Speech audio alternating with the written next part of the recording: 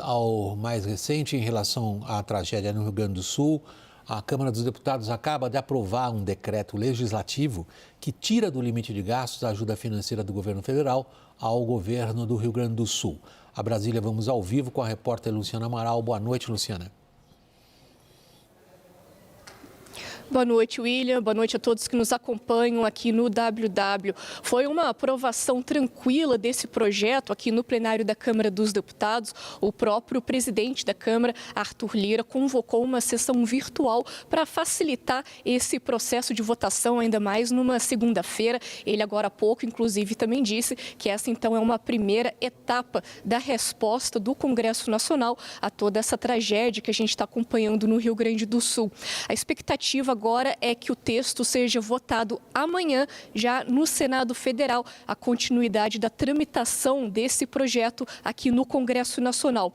Na prática, então, essa matéria reconhece o estado de calamidade pública no Rio Grande do Sul até 31 de dezembro desse ano. E assim, na prática, permite que o repasse de verbas para o estado seja acelerado. Assim que concluída a votação aqui no Congresso Nacional como um todo, o governo federal vai poder publicar medida provisória com abertura de crédito extraordinário para o estado do Rio Grande do Sul. É o envio de dinheiro diretamente para o estado, por exemplo. A União fica autorizada a fazer despesas em prol do Rio Grande do Sul sem ter que cumprir regras sobre o limite de gastos nesse caso específico. O texto também flexibiliza as regras para a contratação de serviços e compra de produtos por parte também do poder público.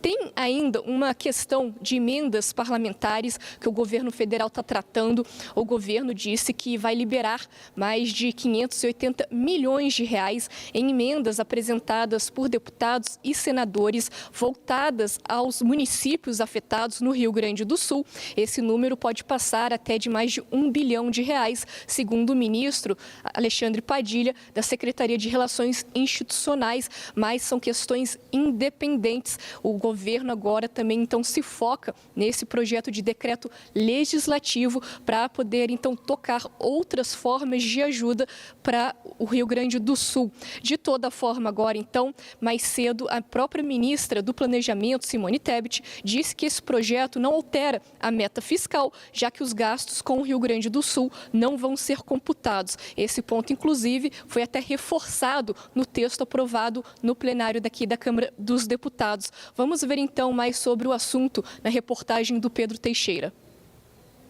O decreto legislativo foi a decisão final do governo, que antes também pensava numa proposta de emenda à Constituição, uma PEC, como foi feito durante a pandemia. A ministra do Planejamento, Simone Tebet, disse que desta vez não haveria necessidade de alterações no regime fiscal. Por isso, a opção pelo decreto. O protocolo de crise da pandemia, diante daquele momento, nos permitiu não só editar uma emenda constitucional, mas também alterar naquele momento a lei de responsabilidade fiscal. Com este decreto legislativo, que é um guarda-chuva, nós poderemos editar outros tantos atos. Tebet também disse que nada muda em relação à meta fiscal. A meta fiscal está mantida até o final do ano e nós podemos utilizar os recursos do orçamento federal fora do limite do gasto, que nós temos um teto, e fora da meta fiscal, única e exclusivamente para o Rio Grande do Sul e para os casos específicos de calamidade pública. Os gastos com o socorro ao sul do país fora da meta fiscal não diminuem o peso das despesas nas contas públicas. O anúncio da ajuda financeira do governo federal para o estado e municípios gaúchos acontece logo após a gestão Lula refazer a trajetória de reequilíbrio orçamentário para os próximos anos. O Planalto não tem ainda estimativa do pacote de ajuda, mas a tragédia é a maior da história do Rio Grande do Sul. Mais de 380 municípios foram atingidos. Por todo o estado, rodovias estão destruídas. Pelo menos 85 mortes já foram registradas, com 134 desaparecidos. 200 mil pessoas estão fora de casa, desalojadas ou em abrigos. Na capital, Porto Alegre, o aeroporto Salgado Filho está fechado por tempo indeterminado. Bairros inteiros estão alagados, além do centro histórico. Indústrias estão paradas e o agronegócio foi fortemente atingido. Para superar sua pior catástrofe climática, além da ajuda financeira, o Rio Grande do Sul também afirma que precisa suspender os pagamentos da dívida com a União, hoje em 3,5 bilhões de reais. Aldo Cunha, a gente está no meio de uma tragédia humana que, no caso do Rio Grande do Sul, mas não só, ela atinge a todos nós brasileiros, cuja dimensão de sofrimento humano a gente ainda mal consegue entender. Mas ela já impõe a nós uma reflexão sobre os custos a toda a sociedade. Os custos de reconstrução, os custos financeiros, as implicações que isso tem para as políticas fiscais, tanto no Rio Grande do Sul, que você conhece bem, você foi secretário da Fazenda, como para o governo federal. Nós estamos tratando a questão de maneira apropriada? Eu acho que sim, William, ainda que, para mim, nós vamos precisar ter um grande aprendizado ainda, né? Porque é um evento, desastre climático que aconteceu no Rio Grande do Sul, né? Eu estou fora do país, não sei quando é que eu consigo voltar para Porto Alegre, porque o aeroporto, a última informação é que ele fica fechado o mês todo. É muito grande, assim, e eu acho que nós vamos ter essa dimensão do tamanho do impacto da crise para o Rio Grande do Sul, em termos de vidas humanas, em termos de economia, ainda para frente. A gente tem uma ideia limitada, só sabe que é de uma dimensão jamais vista. É claro que tem um tema fiscal. Eu fui secretário da Fazenda há 16 anos atrás, por 3 anos, onde foi o único período em 50 anos que o Rio Grande do Sul teve superávit primário e superávit orçamentário e era conhecido como uma política de déficit zero. Sempre defendi responsabilidade fiscal na minha vida para o país, e ela é importantíssima, o Brasil precisa perseguir isso, mas assim, nós estamos realmente diante de uma catástrofe natural, uma catástrofe que levou vidas, vai dizimar a economia do Estado, está fazendo isso durante um bom tempo, para o setor privado, para o setor público. Para ter uma ideia, nós temos mais de 30 hospitais que colapsaram no estado, na cidade de Porto Alegre. Hoje o prefeito de Porto Alegre pediu, mesmo para moradores de bairros no centro da cidade, que jamais foram afetados de enchente, para saírem da cidade. Tem uma romaria para as cidades do litoral, né? As estradas, as poucas que tem ainda trancadas. Então, assim, é uma situação realmente excepcional. Do ponto de vista fiscal, nós vimos isso, né, no período de pandemia. O próprio teto de gastos, que era uma lei fiscal mais rigorosa que a atual, previa, no caso de calamidades, dentro do teto de gastos, né, e isso foi utilizado ao longo da pandemia. Então, nós, evidentemente que eu acho que o que vai ser preciso ser feito no Rio Grande do Sul não vai ser só dinheiro, vai precisar ter muita capacidade de governança, gestão e transparência na aplicação dos recursos. Mas realmente é algo muito excepcional que está acontecendo no estado do Rio Grande do Sul. Daniel, Brasília conseguiu se organizar para um caso excepcional como esse, com essa dimensão que a gente ainda mal consegue entender? Olha, William, eu, para ser muito sincero, poucas vezes vi um sentido de urgência tão grande, para mim muito manifestado na apresentação de uma PEC, uma proposta de emenda constitucional. Ontem à noite, quando eu fui dormir, estava aqui de plantão trabalhando ontem, quando fui dormir, essa PEC foi apresentada pelo senador Alessandro Vieira. Quando eu acordei hoje de manhã, já havia as assinaturas coletadas suficientes para o início da tramitação da PEC.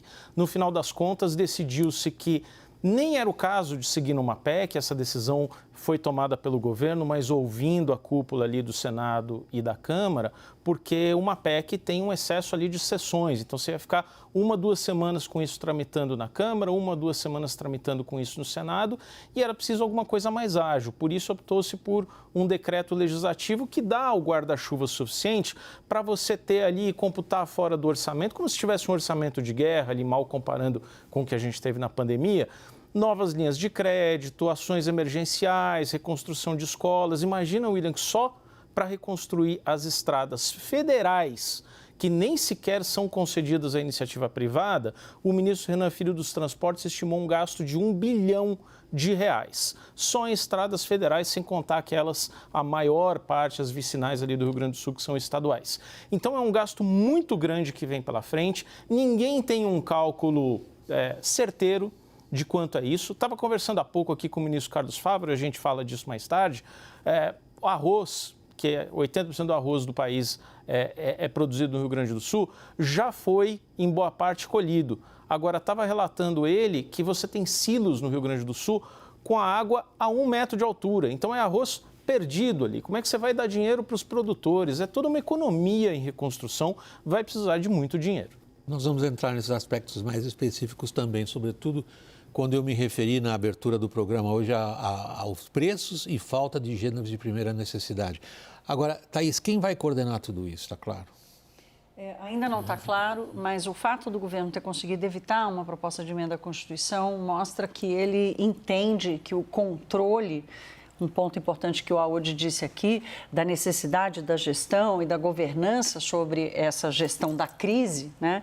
Da governança sobre a crise, o fato do governo ter conseguido evitar uma PEC e ter acessado os mecanismos que a própria legislação atual já prevê, que é excepcionalizar, que é tirar do limite, ou seja, o recurso necessário vai ser, o volume de recursos vai ser aquele necessário. Então, o fato do governo fazer isso é porque ele está demonstrando a importância dele ter o controle da execução dessa alocação, né, William? Porque, infelizmente, a gente sabe que a política acaba encontrando brechas e outros meios, e há um receio muito grande, hoje no mercado, por exemplo, havia um receio muito grande de que uma proposta de emenda à Constituição, por exemplo, virasse uma grande planilha para embutir ali qualquer outra coisa que não tivesse correlação ou relação direta com o Rio Grande do Sul. Então, hoje eu percebi o seguinte, que ficou uma bola dividida entre o Ministério do Planejamento, entre o Ministério da Fazenda,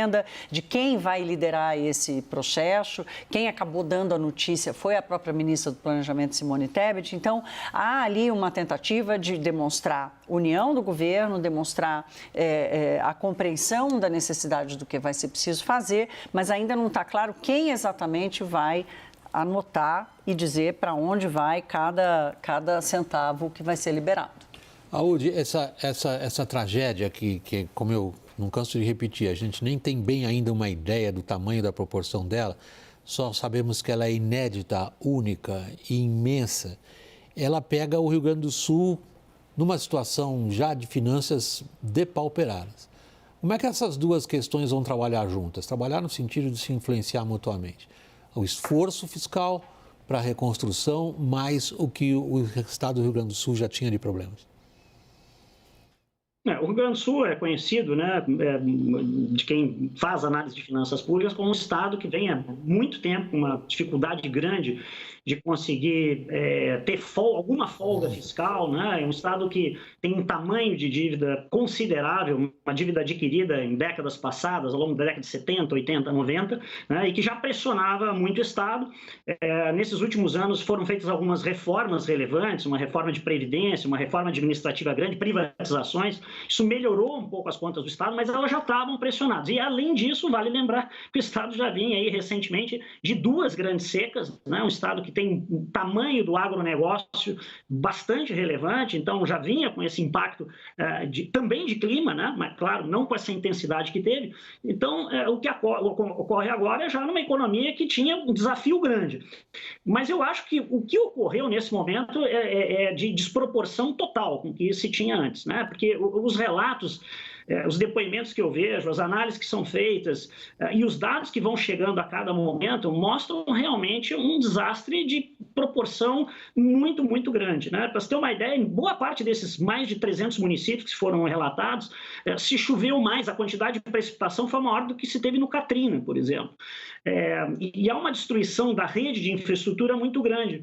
E eu diria que o conjunto dos projetos de reconstrução talvez seja mais do que reconstrução do Rio Grande do Sul, porque como nós estamos começando a ter esses eventos climáticos com muita frequência no Rio Grande do Sul, ano passado se teve 2 duas intempéries deste tipo, assim, né, de uma quantidade muito grande de chuva e destruição que se achava que era o máximo que se podia ter visto, e agora veio essa completamente fora de proporção.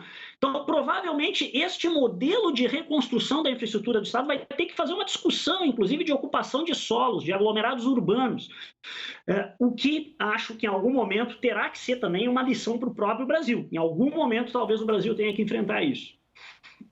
Eu tentei dar essa ênfase no começo também, Audi, assim, a ideia é que essa é uma conta não é dos gaúchos. E conta no sentido, não é no sentido de algo pesado, essa tarefa, essa missão de lidar com o que aconteceu lá, não é circunscrita ao Estado do Rio Grande do Sul, seu governo, seus partidos, seus funcionários e tudo mais. É algo de uma expressão nacional que eu acho que devagarzinho está filtrando e sedimentando na cabeça de todo mundo, inclusive quanto à necessidade de articulação política, Daniel. Mas mais do que isso, William, se você me permite, porque o que essa tragédia tão dolorosa, mais do que a resposta imediata que tem que ser dada, nos ensina, é um aprendizado também de médio e longo prazo. E aí, desde projetos de lei que ajudam a destruir o meio ambiente, que têm sido aprovados com muita frequência pelo Congresso Nacional, mas vou lhe dar aqui alguns exemplos. O relator hoje, William, e aí nos trata de fulanizar, porque independe da pessoa, é mais do que isso, é um movimento, né? O relator hoje, na Câmara dos Deputados, do decreto legislativo que autoriza esse orçamento de guerra para o Rio Grande do Sul, é um deputado que no dia 7 de janeiro estava postando em redes sociais, fazendo troça das mudanças climáticas, sob a alegação de que, ora, o inverno na Europa estava muito rigoroso. Como explicar o aquecimento global? Mais do que isso, veja, por exemplo, William, que a gente está falando do Rio Grande do Sul, mas no norte do país, no ano passado, a gente teve uma estiagem muito grave ali na bacia do Rio Amazonas, em que houve problemas de navegação muito sérios. Foi pedido na época, por exemplo, que se executasse obras de dragagem, que se olhasse com atenção à navegação fluvial na Amazônia, que foi muito prejudicada. Algo aconteceu, hoje estava falando com pessoas do setor marítimo, ali de navegação de cabotagem, e estavam me garantindo que não há planejamento adequado para a próxima estiagem na Amazônia. Então, esses assuntos mais amplos, que precisam ser tratados com planejamento e com um olhar um pouco mais responsável e mais de médio prazo, e aí não está acontecendo. Foi um editorial, eu acho muito... Eu não estou falando de gozação não, Daniel. Você sabe que eu às vezes faço muita piada aqui entre nós colegas, mas o editorial dele tem um ponto sério, eu acho. Quando o Daniel diz que a política está muito aquém dos desafios que a gente tem que enfrentar. Quando a gente olha o que aconteceu em várias regiões do Brasil, e especificamente quando a gente olha o que está acontecendo, porque não é que aconteceu no Rio Grande do Sul, está ainda, tem gente ainda sendo resgatada. Ainda não se sabe nem sequer quantas pessoas perderam a sua vida lá, quantas famílias, nesse sentido, foram destruídas. E neste momento a gente percebe que não há sequer uma percepção do tamanho do desafio que, digamos, o nosso sistema político teria que enfrentar. William, aqui tem um ponto importante, né, que é o seguinte: qual é a visão que os governantes desse país, e aí eu falo tanto do poder executivo, do poder legislativo, até do judiciário, né? Hoje o ministro Edson Fachin, do Supremo Tribunal Federal, que é vice-presidente do STF, que é da região sul do país, fez um apelo ontem, no fim de semana, enfim, pela ajuda lá, uma coordenação para entender o seguinte: como vai se governar um país, né? Qual vai ser o papel do Estado, não só na formulação da política pública, mas na gestão do orçamento, para incluir uma previsão para lidar com eventos adversos, climáticos, porque eles vão fazer parte da nossa realidade. Então, aquela folga, né, aquela necessidade de você ter um equilíbrio das contas públicas serve para isso também. Quer dizer, não dá para, na hora que aparece a necessidade de uma emergência, isso virar um risco. Hoje, os economistas estavam tratando a decisão sobre como ajudar o Rio Grande do Sul como um risco fiscal. Isso é uma coisa que tem que ser trocada na gestão do Estado. Não pode ser risco. O risco é de acontecer. A gestão tem que ser uma gestão coordenada, uma gestão minimamente aguardada ou ali prevista no arcabouço das regras. Então, Thaís, o que você está mencionando é que a fragilidade, a vulnerabilidade da forma pela qual o governo optou por tratar das contas públicas se revela ainda, digamos, mais problemática quando um evento dessa magnitude ocorre, que é o chamado imponderável. Sim. E aí, Aldi, a questão a gente não pode escapar dela. É tentar, na medida em que você seja capaz, de dar uma avaliação o quanto que um imponderável dessa magnitude pesa em cima de uma política fiscal cuja, digamos, capacidade de convencimento dos agentes econômicos estava sendo perdida nos últimos meses. É um grande desafio, William, mas eu digo que o que aconteceu aqui no Rio Grande do Sul talvez seja o que a gente usa como expressão, né? Wake-up call, assim, um acordar para o Brasil nesse tema de custos que existem com a transição climática. Né? Eu vejo isso, e você estavam comentando sobre a política, eu vejo muitas vezes uma negação mesmo em alguns segmentos de elite empresarial, achando que, não, isso é um custo que países da Europa, Estados Unidos, Canadá podem fazer, vão fazer esse enfrentamento da transição climática, o Brasil não precisa fazer. Não, muito pelo contrário, no nosso caso, talvez ainda mais, porque o grau de vulnerabilidade e os custos decorrentes, e não só de vidas, né, que é o mais importante, mas o custo econômico de não estar preparado para a mudança de regime climático, que cada vez fica mais óbvio, é muito grande. A Europa, Estados Unidos, esses países, claro, se prepararam ao longo aí, talvez, de séculos, né, com estruturas urbanas, estruturas de proteção, de mitigação. O Brasil não vai ter esse tempo. Mas nós vamos ter que fazer alguma coisa e vamos ter que mudar a forma como nós fazemos investimentos na infraestrutura, a forma como as nossas cidades estão formatadas e preparadas para eventos como esse. Bom, como é que fica o tema da responsabilidade fiscal? De novo, são prioridades, né?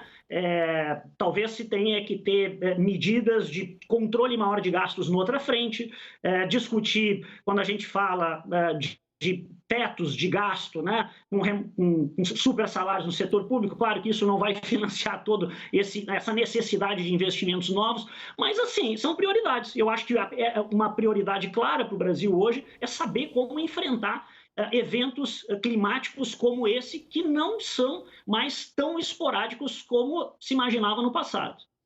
A gente volta à tua linha de raciocínio anterior, Daniel. A gente vê a pandemia como um imponderável que exerce uma enorme pressão sobre contas públicas. A gente vê agora a tragédia no Rio Grande do Sul como outro imponderável que exerce novamente uma enorme pressão sobre contas públicas. Isso vai, de alguma forma, mudar a tramitação das matérias tão importantes para o governo na Câmara? Me parece, William, ainda cedo para dizer. Agora, acho que a gente tem que voltar para a história das lições que essa tragédia nos oferece.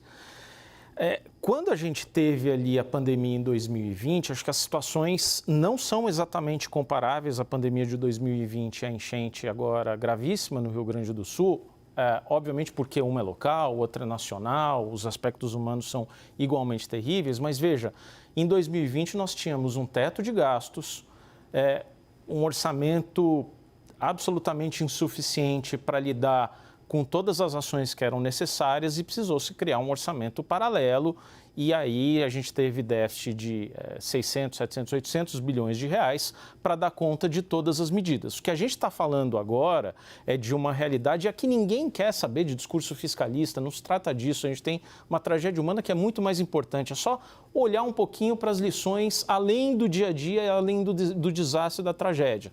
Mas a gente tem um teto hoje com o pé direito muito mais alto, depois de uma PEC da transição que ofereceu uma flexibilidade para gastar, de um arcabouço fiscal que permitiu crescimento das despesas, um crescimento real das despesas da ordem de 70% do acréscimo da arrecadação E a partir disso criou-se uma possibilidade de gastar mais e numa tragédia que é localizada. Óbvio que você tem pressão de gasto, mas o que isso nos ensina, para mim, o Aod pode falar com muito mais propriedade, mas que quando você faz um arcabouço, né, em 2023, pensando que você vai ter uma trajetória de estabilização da dívida, sem muito esforço e contando com toda a sorte do mundo, sem nenhum cisne negro no seu caminho ao longo da década, isso tende a dar errado. Já deu errado no primeiro ano. William, eu quero acrescentar um negócio do Daniel dizendo aqui, que é muito importante, que é o seguinte, né? É óbvio que o Rio Grande do Sul vai precisar e vai ter que receber a quantidade de recursos que ele precisar, né?